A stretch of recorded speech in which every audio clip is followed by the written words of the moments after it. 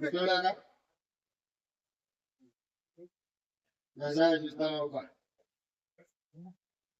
గంధరాన్న 70వ జయంతి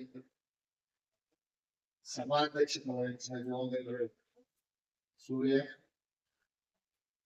సహచర మంత్రివర్గ సభ్యుడు జూపల్లి కృష్ణారావు గారు ఉన్న జ్ఞాపకార్థం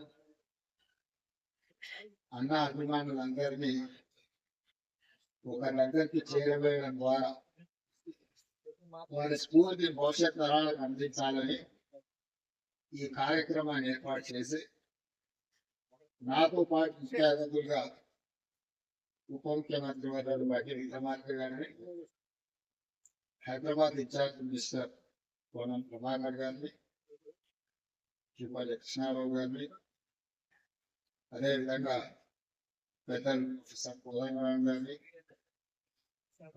గంటా చక్రపాణి గారిని, అల్లం నారాయణ గారిని, మాస్టర్ యాదగిరి గారిని, కె శ్రీనివాస్ గారిని, అదేవిధంగా మా వార్డు అని ఏ వేదిక మీద అయినా నేను ఇష్టంగా చెప్పేటువంటి జయరాజ్ గారిని, ఇతర మిత్రులందరినీ, తెలంగాణ అభిమానులందరినీ ఆహ్వానించి మంచి కార్యక్రమాన్ని ఏర్పాటు చేసి ఈ కార్యక్రమం వారి కుటుంబ సభ్యులు విమలక్క గారు, మా ఆడబిడ్డ వెంకట గారు, వారి కుటుంబం అంతా కూడా ఎంతో కోల్పోయి చాలా మందికి కుటుంబంలో గొప్ప పేరు కుటుంబం మీద వస్తే ఆ కుటుంబాలకు ఎంతో ప్రయోజనం చేకూరింది. కానీ గద్దరన్నకు గొప్ప గుర్తింపు గౌరవం రావడంతో గద్దరన్న కుటుంబం సర్వం కోల్పోయింది. ఏ రోజు కూడా వాళ్ళు నాకు తెలిసి కంటి నిండా నిద్రపోయేదో కడుపు మీద దిన్న రోజులు ఉన్నాయో లేవో నాకు తెలియదు. ఎందుకంటే ఆయన కుటుంబానికి అంటే సమాజం నా కుటుంబం అని, సమాజంలో ఉన్న సామాజిక సమస్యలు పరిష్కరించాలి, ఈ సామాజిక సమస్యల మీద తను పోరాటం చేయాల్సిన బాధ్యత ఉంది అని చెప్పి నిరంతరం వారు ప్రజా జీవితంలోనే ముందుకు వెళ్ళారు. కంచ ఎలయ్య గారు లాంటి వాళ్ళు వాళ్ళ కళాలతో స్ఫూర్తినిస్తే, గద్దరన్న లాంటి వాళ్ళు గలంతో గజ్జలతో ఈ సమాజానికి స్ఫూర్తినిచ్చేది చికిత్స చేయాలని ప్రయత్నం చేసి నాకు గద్దరన్నతో చాలా సన్నిహిత సంబంధం ఉంది. చాలా మందికి తెలిసి ఉండొచ్చు, తెలియకపోవచ్చు. లోతుకుంట ఇంటికి నేను అప్పుడప్పుడు ఎంపీగా కానీ అందరైనా ముందుగా వెళ్ళి గద్దరన్న ఎప్పుడైనా నిరాశ తీసుకోగలిగినప్పుడు గత 10 సంవత్సరాలు రాజకీయ పరమైన కార్యక్రమాలు, ప్రభుత్వాల నిర్బంధాలు ఇబ్బందికరంగా లేకపోతే ఒంటరిగా భావించినప్పుడు నేను అప్పుడప్పుడు గద్దరన్న దగ్గర కూర్చున్నట్టు మాట్లాడాను. చెప్పడం నీ బాధ్యతను నెరవేర్చు, ప్రజలు తప్పకుండా ఒకరు గుర్తిస్తారు ఆయన నిలబడతారు. వారి స్ఫూర్తి సమస్య వచ్చినప్పుడల్లా గుర్తు చేసుకొని ముందుకెళ్ళారు. ఈరోజు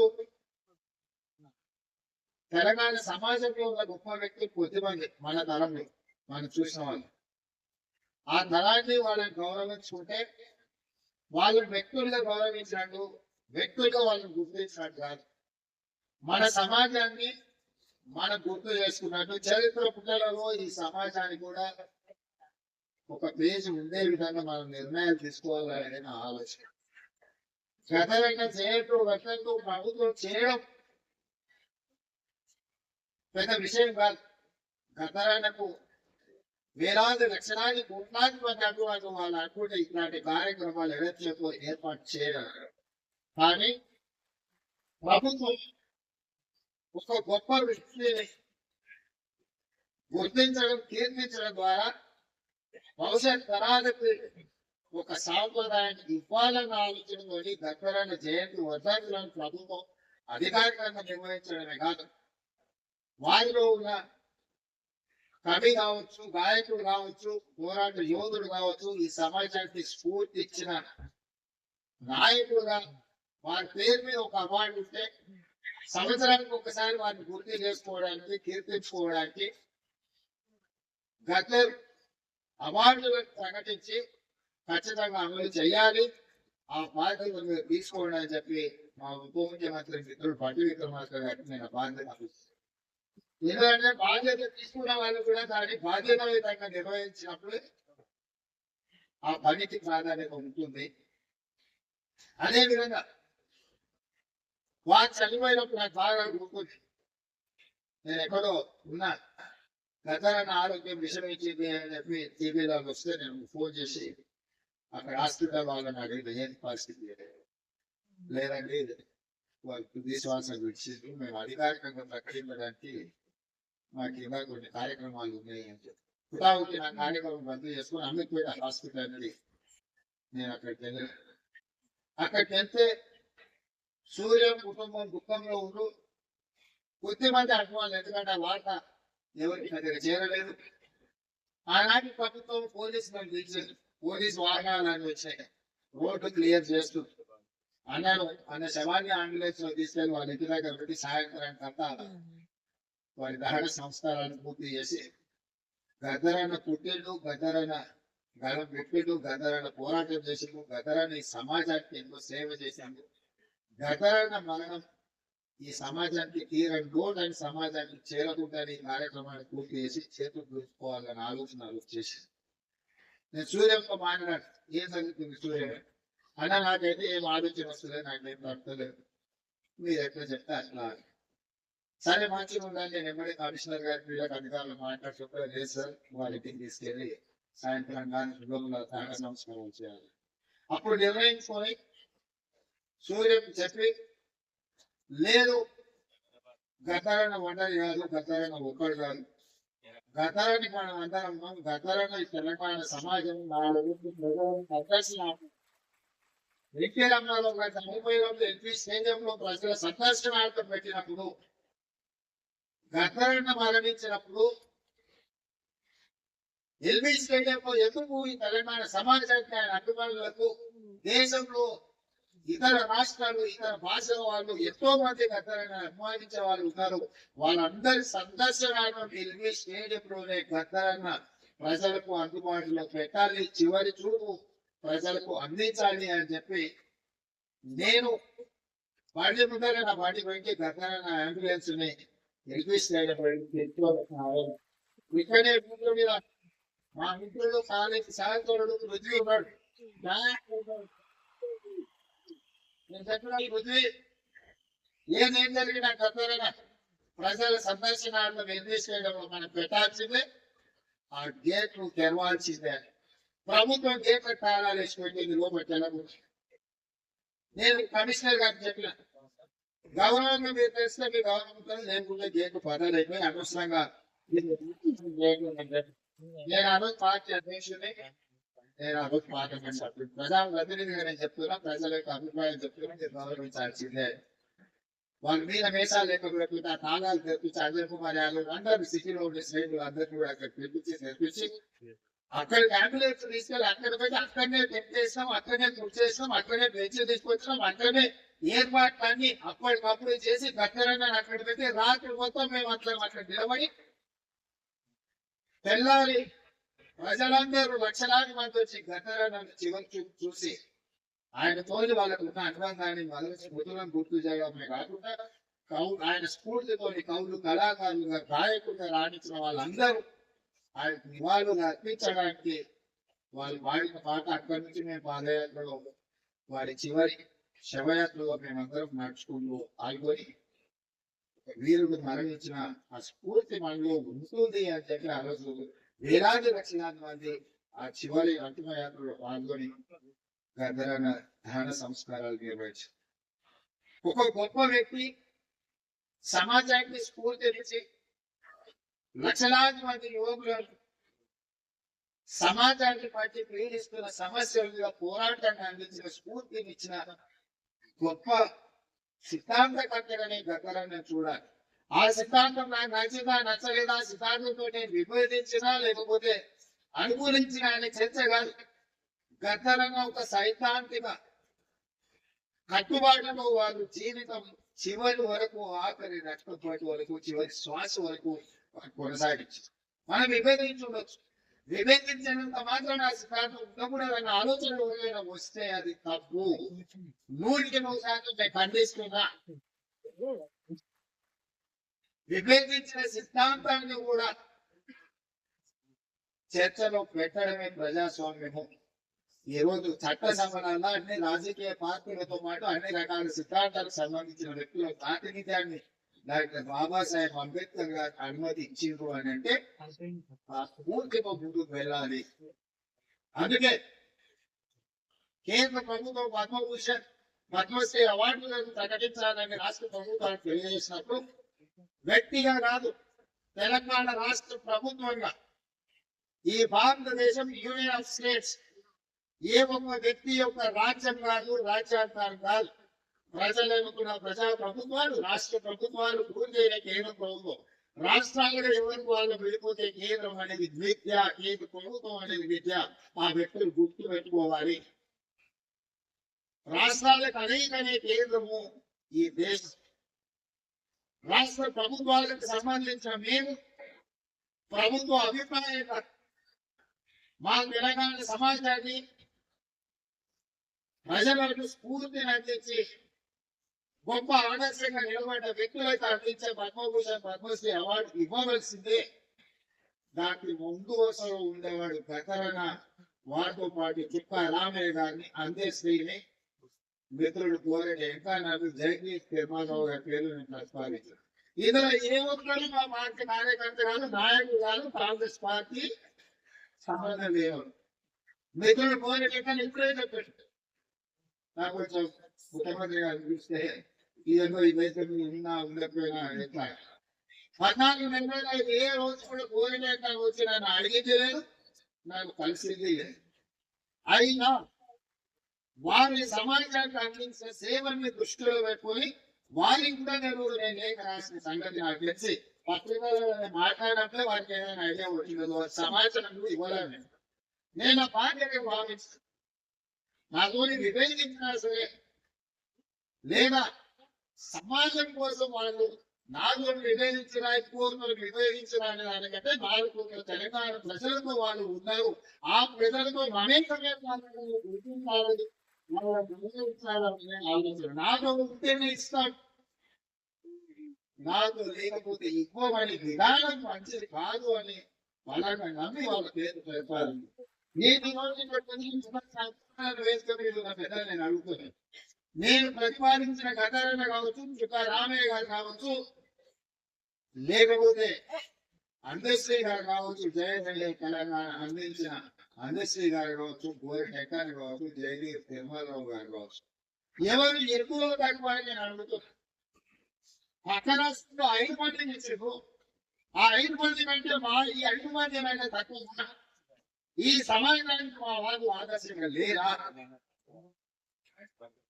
నేను ఒక పద్ధతిలో ప్రధానమంత్రి గారికి మా ఆలోచన, మా బాధను, మా నిరసనను కేంద్ర ప్రభుత్వానికి వేదిక మీద నుంచి తెలియజెప్పి లేఖ రాష్ట్రం వచ్చారు. కేంద్ర ప్రభుత్వం జరిగిన తప్పును సవరించుకొని భవిష్యత్తులో వారికి సరిదిద్దుకుంటుందని నేను భావించాను. కానీ దురదృష్టవశాత్తు కేంద్రంలో మంత్రిగా ఉండే వ్యక్తులేమి ఇలాంటి గౌరవించము అని మాట్లాడితే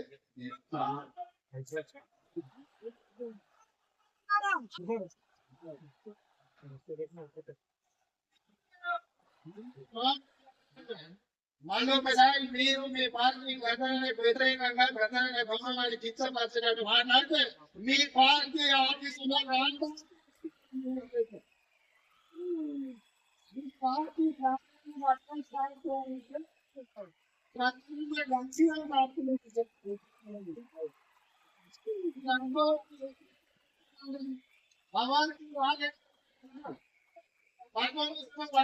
ఇచ్చేది మేమే అనుకుంటున్నాం. కానీ నీ పార్టీ ఆఫీసు గతరైన రాష్ట్రం ఉంది, ఆ సంగతి మర్చిపో. ఆ కాలనీకే గందరంగా మీరు తప్పే ఉంటారు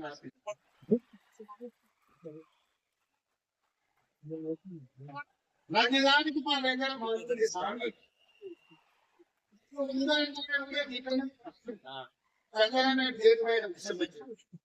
ఏమై ఏడు పైన కూర్చోబెట్టి లోపల ఉన్నాయి గద్దె మీద కూర్చున్నాయా గొప్ప అనుకున్నాడు కానీ చూసుకుంటేనే మీ ఆయన గద్దె కూలింది గేటు బద్దలైనాయి గద్దెలతో వాయిస్తూ లోపలు ఎవరైనా వస్తామని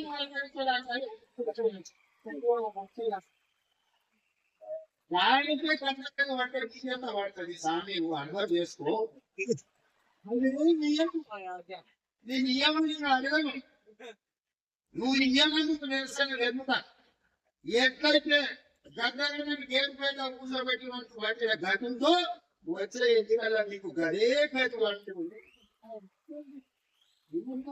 వస్తుంది గద్దను కొట్టకపోతే మేము గతానికి కేంద్ర ప్రభుత్వం మేమే ఇప్పిస్తాం రాహుల్ గాంధీతో మేమే మాట్లాడతాం అదే సంతకం పెడతాం గతాన్ని గౌరవించడానికి కేంద్ర ప్రభుత్వం నుంచి మర్చిపో అహంకారం అనేది మంచిది కాదు విభేదాలు ఉండొచ్చు సైద్ధాంతికమైన విభేదాలు ఉంటే చరిత్రలో సైద్ధాంతికమైన విభేదాల మీద చర్చించుకున్న వాళ్ళు లేరా గౌరవించుకున్న వాళ్ళు లేరా మరి మీరెందుకు ఇంత అహంకారం అప్పుడప్పుడు మా భాషని అడిగినట్టు మరి ఎలా పడా చెడా పడా ఇక్కడ పెద్ద మనిషి ఆయన చెప్పినారంటే ఆమె చూసుకుంటే అర్థం చేసుకుని సర్దించుకోవాలి దానికి మన కఠినాల పోరాటం గురించి 9 మంది గొప్ప వ్యక్తుల్ని రాష్ట్ర ప్రభుత్వం గుర్తించి గౌరవించుకుంటున్నాను భాష గారికి ఆయన అడిగినా అడగలేదు మా ప్రభుత్వం 9 మంది గొప్ప వాళ్ళు ఎక్కడ ఏ రాష్ట్రం కూడా చేస్తాం చేసి ఇట్లాంటి కుటుంబాలను గతరాల కుటుంబాలను ఈ రోజు గుర్తించాము సో ఇంకా ఈ రోజు ప్రభుత్వం అనేది నిరంతర ప్రక్రియ ఈ నిరంతర ప్రక్రియలో ప్రభుత్వం దృష్టికి వచ్చిన ఏ మంచిమైన చేయడానికి ఉన్నది అందుకే ఈ రోజు ఈ వేదిక మీద నుంచి నేను ఒక్కడే మాట చెప్పవచ్చు ఈ ప్రభుత్వం ప్రజలు ఏం కోరుకుంటున్నారు ఆ విధానాలను కొనసాగించాలని బాధ్యత ఇవాళ యూనివర్సిటీలో వైస్ ఛాన్సలర్ అనేసి ఉస్మానియా యూనివర్సిటీ 100 ఏళ్ల చరిత్ర ఉంటే 100 ఏళ్ళ దళితుడు ఉస్మానియా యూనివర్సిటీకి వైస్ ఛాన్సలర్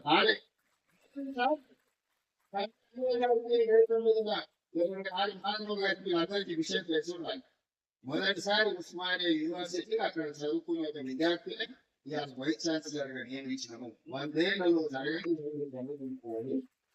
అంబేద్కర్ యూనివర్సిటీలో వీక్షాగా పనిచేసిన వ్యక్తి ఈరోజు అంబేద్కర్ యూనివర్సిటీ వైస్ ఛాన్సలర్ అయ్యారు ఇవాళ యూనివర్సిటీ వైస్ ఛాన్సలర్ సామాజిక న్యాయాన్ని గుర్తుపెట్టుకోవడానికి క్రమపద్ధతిలో వాళ్ళెవ్వరు మమ్మల్ని కనుగోలు ప్రయోగం చేయలేదు అయినా వాళ్ళని గుర్తించి గౌరవించాలనుకున్నాం చేశారు ఇది సరిపోతుందని సరిపోదు ఇంకా చేయాల్సిన అవసరం ఉంది మేము చెయ్యాలంటే మీరందరూ మాకు అండగా నిలబడాలి ప్రొఫెసర్ పుట్టేసిన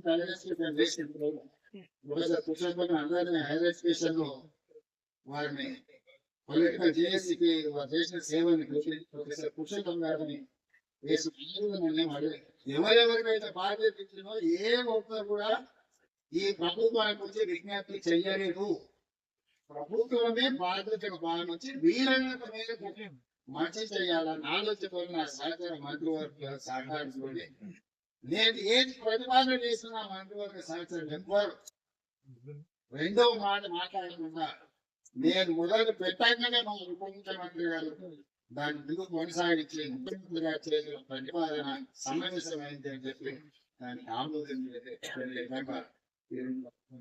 తీసుకుంది అందుకే వ్యక్తులు అంగీకరిస్తున్న వ్యక్తులు గతాలను గుర్తించాలని మాట్లాడుతున్నా గతాలను గౌరవం తగ్గదు వన్నే తగ్గదు పోయిన డైమండ్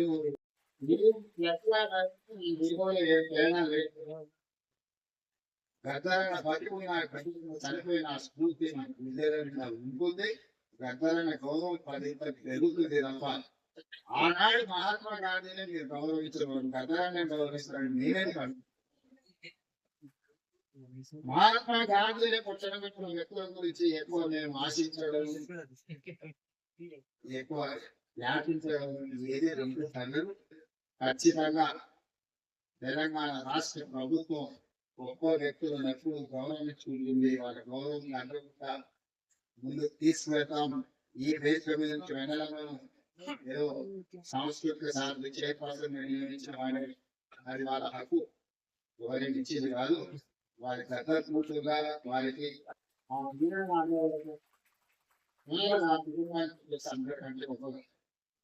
అందుకే నేను బాధ్యత పంపించి పెళ్ళమ్మ కూడా జీవోత్సవం నాకు వచ్చి తెలియదు. ఆ కుటుంబానికి కూడా జీవో చూస్తున్నానని ఆవిడ కూడా చాలా మంది నాయకులు తీయలేదు.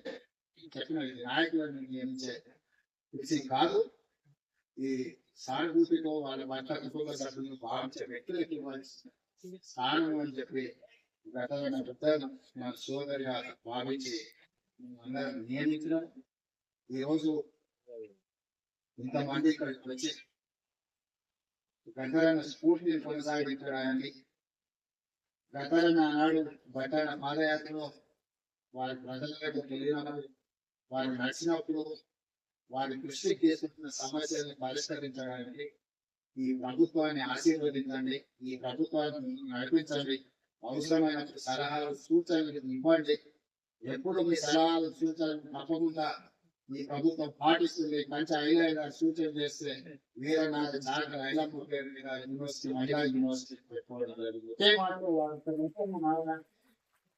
చిన్న నిర్ణయం తీసుకుంటాం. సురాల ప్రతాప్ గారి పేరు పెట్టుకోవాలి అన్నాడు. మనకు విముక్తి కోసం పోరాటం జరిగిందని చెప్పి మనం ఇప్పుడే దాని నిర్ణయం తీసుకున్నాం. సో ఈ సమాజానికి అవసరమైన నిర్ణయాలు తీసుకోవడంలో ఈ ప్రభుత్వానికి చేసేదాలు లేవు.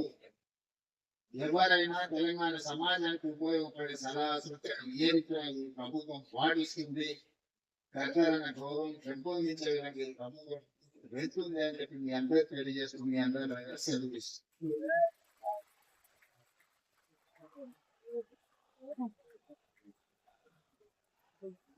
గద్దరన్న మెమోరియల్ సంబంధించి నెక్లెస్ రోడ్ లో ఇప్పుడు ఏదైతే పవర్ పాయింట్ ప్రెజెంటేషన్ చూపించిందో దానికి ఒకసారి అధికారులను అఫీషియల్ కింద మీటింగ్ ఏర్పాటు చేసి ఆ నెక్లెస్ రోడ్ ఆ ఏర్పాట్ల కోసం ప్రభుత్వం నిర్ణయం తీసుకుంటుంది. కాకపోతే దాని అధికారులను ఈ డిజైన్ చేసిన పెట్టి మాట్లాడి భవిష్యత్ కార్యాచరణ